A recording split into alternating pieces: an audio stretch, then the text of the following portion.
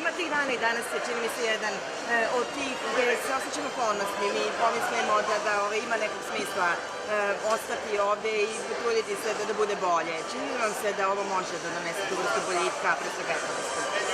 Da, svakako. Mislim da se danas nalazim na pravom mestu, to jest u opštini Zemun, i da prisustvujemo svemu onome što smo do danas pričali, a to je da jedinstvena politika Vlade Republike Srbije, grada Beograda i gradskih opština svakako daje rezultat. Posle završenog foruma u Pekingu, jedan put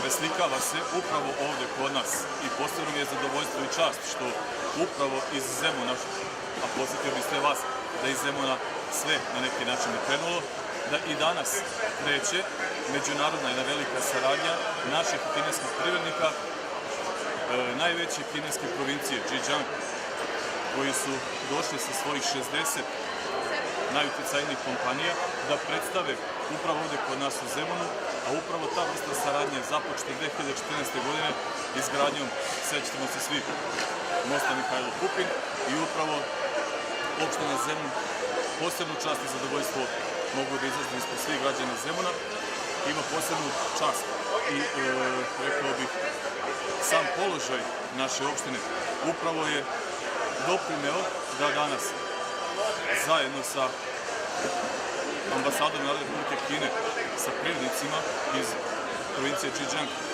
organizujemo ovakav jedan divan, predivan sajam gde, kažem, naši i kineski privrednici mogu da razmene iskustva i upravo se nadam da će to doneti rezultate, one koje očekujemo. Mi vam baš to želimo. Hvala mnogo. Hvala vam.